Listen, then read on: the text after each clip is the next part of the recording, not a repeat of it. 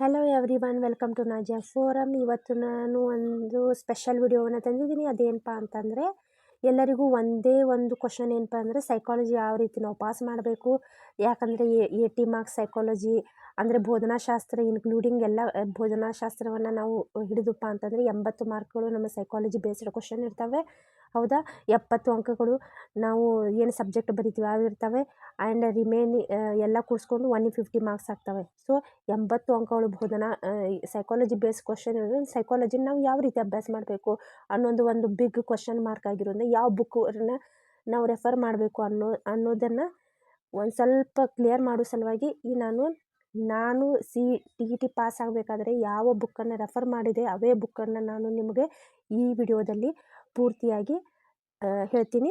So psychology ಬುಕ್ಸನ್ನು ಇಲ್ಲಿ ನಾನು ನಿಮಗೆ ಬೆಸ್ಟ್ ಬುಕ್ಸ್ಗಳು ಇವು, ನಾನು ಓದಿರುವಂಥದ್ದು, ಯಾವುದೇ ಪಬ್ಲಿಸಿಟಿ ಇಲ್ಲ.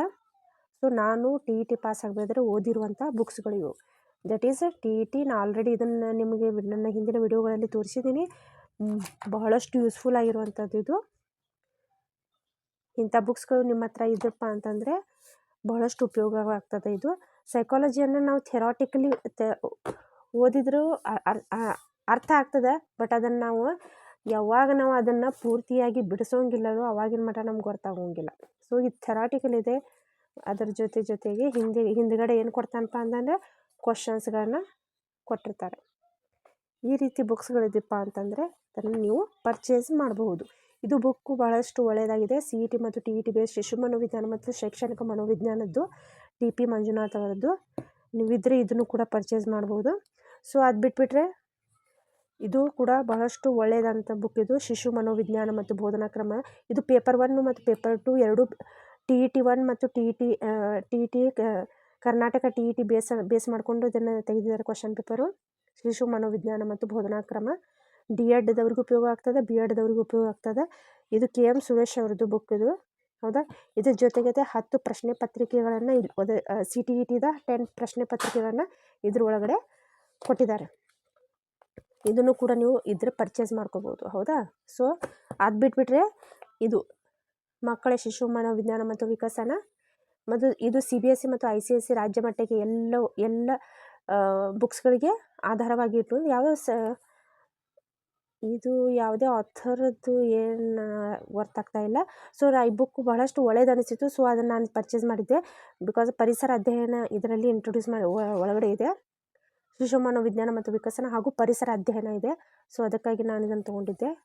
ಸೊ ಇದು ಬುಕ್ ಕೂಡ ಬಹಳಷ್ಟು ಒಳ್ಳೆಯದಿದೆ. ಕ್ವಶನ್ ಬೇಸ್ ಇದೆ. ಇದು ನೋಡ್ಬೋದು ನೀವು ಕ್ವಶನ್ಸ್ ಯಾವ ರೀತಿ ಕೊಟ್ಟಿದ್ದಾರಂತೆ.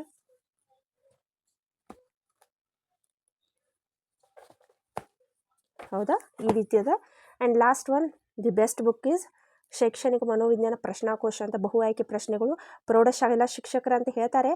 ವಾಮದೇವ ಪರದು ಇದು ಪ್ರೌಢಶಾಲಾ ಶಿಕ್ಷಕರು ಅಂತ ಹೇಳ್ತಾರೆ. ಬಟ್ ಇದು ನಾನು TET ಬರಿಬೇಕಾದ್ರೆ ಇದ್ರ ಒಳಗಿರೋ ಕೆಲವೊಂದು ಕ್ವಶನ್ಸ್ಗಳು ಬಂದಿದ್ದು.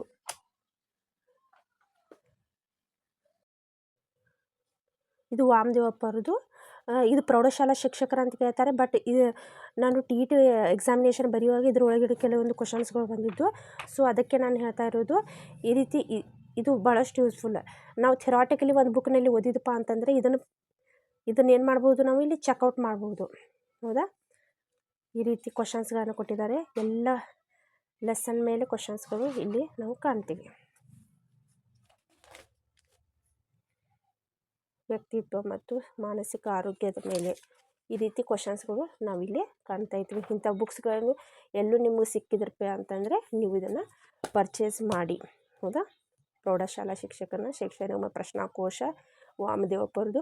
ಯಾವತ್ತೂ ಸೈಕಾಲಜಿ ನಾವು ಥೆರಾಟಿಕಲಿ ಓದೋದಕ್ಕಿಂತ MCQ ಇರುವಂಥ ಬುಕ್ಸ್ಗಳಿದ್ರಪ್ಪ ಅಂತಂದರೆ ಬಹಳಷ್ಟು ಉಪಯುಕ್ತವಾಗ್ತದೆ ಇದು. ಹೌದಾ, ಪರಿಸರ ಅಧ್ಯಯನ, ಶಿಶು ಮನೋವಿಜ್ಞಾನ ಬೋಧನಾ ಕ್ರಮ, B.Ed ಮತ್ತು D.Ed ಎಲ್ಲರಿಗೂ ಉಪಯೋಗವಾಗ್ತದೆ. ಇದು ಶಿಶು ಮನೋವಿಜ್ಞಾನ ಶೈಕ್ಷಣಿಕ ಮನೋವಿಜ್ಞಾನ. ಇದು ಸ್ವಲ್ಪ ಥೆರಾಟಿಕಲ್ ಇದೆ ಇದು ಬುಕ್ಕು. ಅಂದರೆ ಇದು ಕೂಡ CTET ಮತ್ತು ಕರ್ನಾಟಕ TET ಕ್ವಶನ್ಸ್ ಪೇಪರ್ ಅದಾವೆ ಇಲ್ಲಿ ಇದ್ರೊಳಗಡೆ, ಇನ್ಕ್ಲೂಡಿಂಗ್ ಎಲ್ಲ ರಾಜ್ಯದ್ದು ಕ್ವಶನ್ ಪೇಪರ್ ಅದಾವೆ. ಹೌದಾ, ಐ ಹೋಪ್ ಈ ವಿಡಿಯೋ ನಿಮಗೆ ಒಂದು ಸ್ವಲ್ಪ ಮಾಹಿತಿಯನ್ನು ನೀಡಿದಂತ ತಿಳ್ಕೊಂಡಿನಿ. ಇಷ್ಟವಾದರೆ ದಯಮಾಡಿ ಸಬ್ಸ್ಕ್ರೈಬ್ ಮಾಡಿ, ಲೈಕ್ ಮಾಡಿ ಮತ್ತು ಶೇರ್ ಮಾಡಿ. ಧನ್ಯವಾದಗಳು.